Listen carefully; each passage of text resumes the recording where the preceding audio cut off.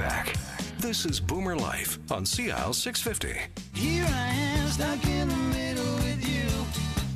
Yes, I'm stuck in the middle with you. Welcome back to the program. It's Boomer Life on CIL 650. Our guest in studio is the medical director of YesWellness.com. He is Dr. Paul Zickler, and he has brought along the newest member of the YesWellness.com team, and I am stuck in the middle of them too. So, Dr. Paul, if you would please introduce us to your mystery guest. Yes, Sterling, I will. Well, you know, just to get started is what we've always mentioned, that what you eat is 80% important in terms of leading us to our journey to wellness. Right, your 80-20 ratio. That's right. So 80% is what we eat, and 20% is what we do in terms of exercise. And all that we were just talking about. Right. But it's a small portion compared to the nutrition aspect, isn't it? Exactly, and that's exactly why we've brought Patty Smythe with us.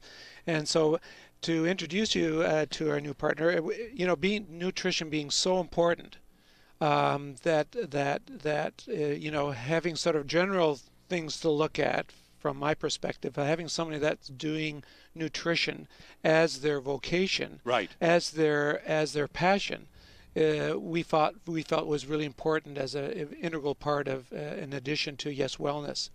So Patty describes herself as a holistic nutritionist, and I'm going to let Patty sort of tell us sort of what is a holistic nutritionist. Well, first and foremost, Patty Smythe, welcome to Boomer Life. Thank you for having me. It's nice to meet you. Nice to meet you. And what is a holistic nutritionist, please?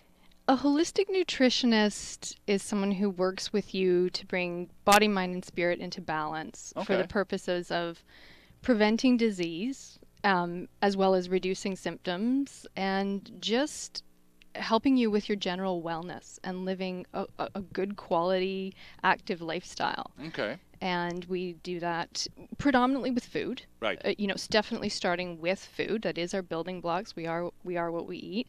But we also look at stress management, movement, mental health, those sorts of things. So it is the whole body. It is the whole person, body, mind, and spirit. But you're an interesting study all by your own self, you know, because Patty, it was relatively speaking new to the profession of nutritionism. You're formerly in the money business. You worked for Van City. You were an executive with the credit union for decades. Well, yes, I wasn't an executive, but I did hold management positions. Yeah. Yes, for over 22 years. So how on earth, or why, I suppose more pointedly, would you leave a very successful career in the money business to walk away and become, of all things, a holistic nutritionist? It's quite a dramatic life change, Patty. It is. It is and it isn't, actually. First, it is quite different, and I will tell you a bit about my story, but I do want to say it's very similar in that when you're talking to people about their money and you talk to people about themselves, they're two very intimate conversations. Absolutely. And they're very similar. So there's a lot of similarities. So financial health versus physical well-being. Very much so. Interesting stuff. And you're financial planning well into your 90s now, so you want to be an active person. So from that point of view, it hasn't been hugely different as far as having intimate conversations with people about delicate subjects. Right. The business side of it is incredibly different, and really it was, I've always loved food, I've always loved good food, and I've always loved to cook. And I had a very busy life. I was a single mom for a number of years, and my little decompression chamber was just, even if it was 20 minutes in the kitchen chopping vegetables and throwing them into a pan, it was my decompression chamber. It was my therapy. It was a way of showing my family I loved them by feeding my children good, nutritious food, and it made me feel good as a person. And it was very therapeutic. And that developed, never went away. And my mother was diagnosed with lymphoma in late 1999. And just watching her over a number of years, over 9 years, battle, and some good years, some not so good years. Right. But at that time, the culture of health was very much what not to do. Right. All the information was Don't do this. Right, don't right. eat fat. Don't eat salt. Don't eat sugar. Right. Don't eat. Don't. And there was very little information about what to do. Sure. And so she's, having chemotherapy and battling, it's the fight of your life. Absolutely. And it was sad. She was at this one point that she was just eating tofu and tomatoes. So when it came really time to fight, there was no extra body weight, there was no energy, there was no sustenance. She was an incredibly strong, faithful woman, had a very close, large family, but there was no sustenance, there was no energy, there was no fuel in her to fight anymore. Sure. Okay. And it really, it just was brutal to watch and be a part of. And when we would go at the cancer agency, they were great with, here's some dietitians and here's some resources. And it was very, very basic information, whole grains, vegetables, Right. those sorts of things. And I like to think I'm a relatively intelligent person, but when I was sitting there with this dietitian next to my mom, who's, less than 100 pounds now, Right. emotional, scared, all these other things, when she said whole grains, I really didn't know what she meant. What is that? Right, exactly. What is that in the grocery store? How do I go home and make it? Yeah. What is it? How do I apply it to my life, and how do I apply it to my mom? So it just struck this chord in me. Did you get a reasonable explanation, by the way? Or did you have to go Google it when you got home? Yeah, we do. We spend a lot Exactly, of time. yeah. We spend a lot of time online. Right. And so recognizing, I would think at that point, especially you being a bit of a foodie, too, on top of all of that, and wanting simply to know what on earth are whole grains and not getting a satisfactory on-the-spot explanation, there's something wrong with that picture, isn't there? Well, it was, and I'm sure the person was very lovely and Of sharing course, in of course. that. But It was still. just that it wasn't working for me Right. as the recipient. It wasn't giving me anything to implement. It wasn't, you're in an emotional place. You're dealing with so many other factors that just keep it simple and tell me what to do. What do I go by?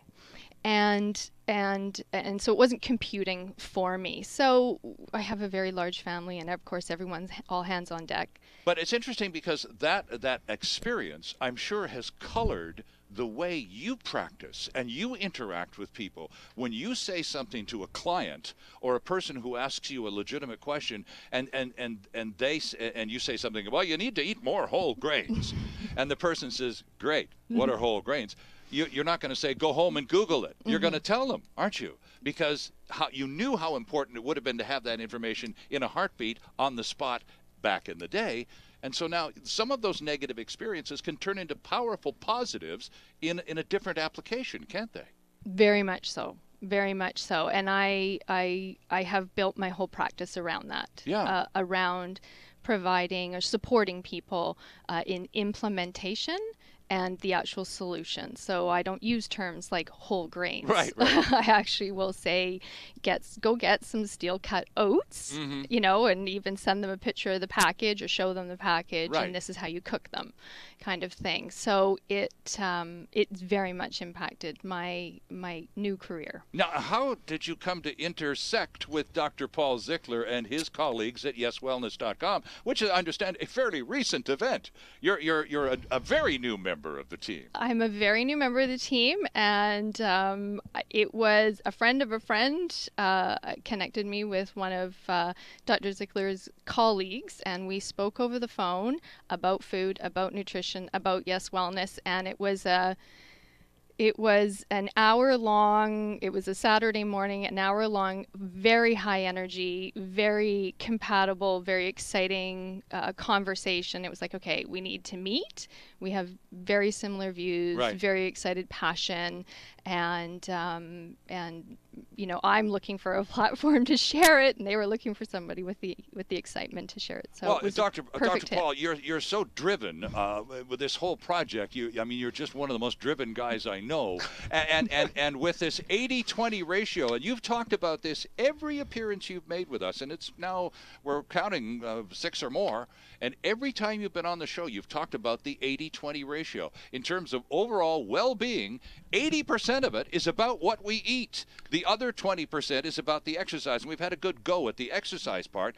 And you like to talk about nutrition and diet, but to have a pro like Patty jump on board, what a completion to the circle that must be for you. Absolutely. Well, you remember me telling you the story about I would see my patient and say, for example, for his full physical, and then after we do the physical, reviewed his blood work, and he had a high cholesterol Right. and had a hypertension, and then I'd spend about 3 minutes and saying, you know, just as you said, you know, it'd be really good if you could lose about 15 pounds and get some exercise. Right. And then shake his hand and see you.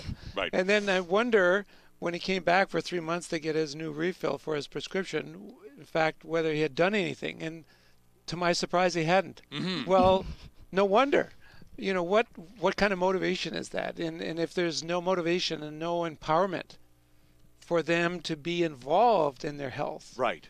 And that's what we were talking about to begin the program. And Patty, you were in the other studio with Dwayne listening. And it is really all about changing mindset. As Dr. Ziegler, since his days as a graduate of the Canadian medical system, has come to change his thinking, to embrace a whole new approach to a holistic health. We patients, we consumers of health, also need to change. And so people like you, relatively new to the game, what are you seeing in 2015 that is encouraging to you, that may demonstrate that some of us at least are starting to get it? The fact that people are seeking out the support and help of nutritionists and even, for example, fitness personal trainers and fitness advisors, or going to their community centers.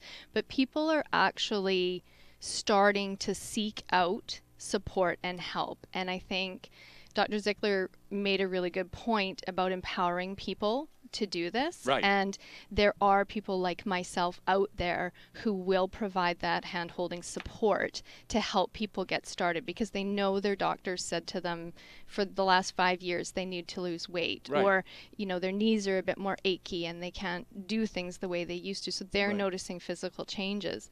And so there's a lot more support for people out there, so they can have their medical practitioner, and so they have their structure there, and now they've got some support that can help them actually implement these new habits. Right.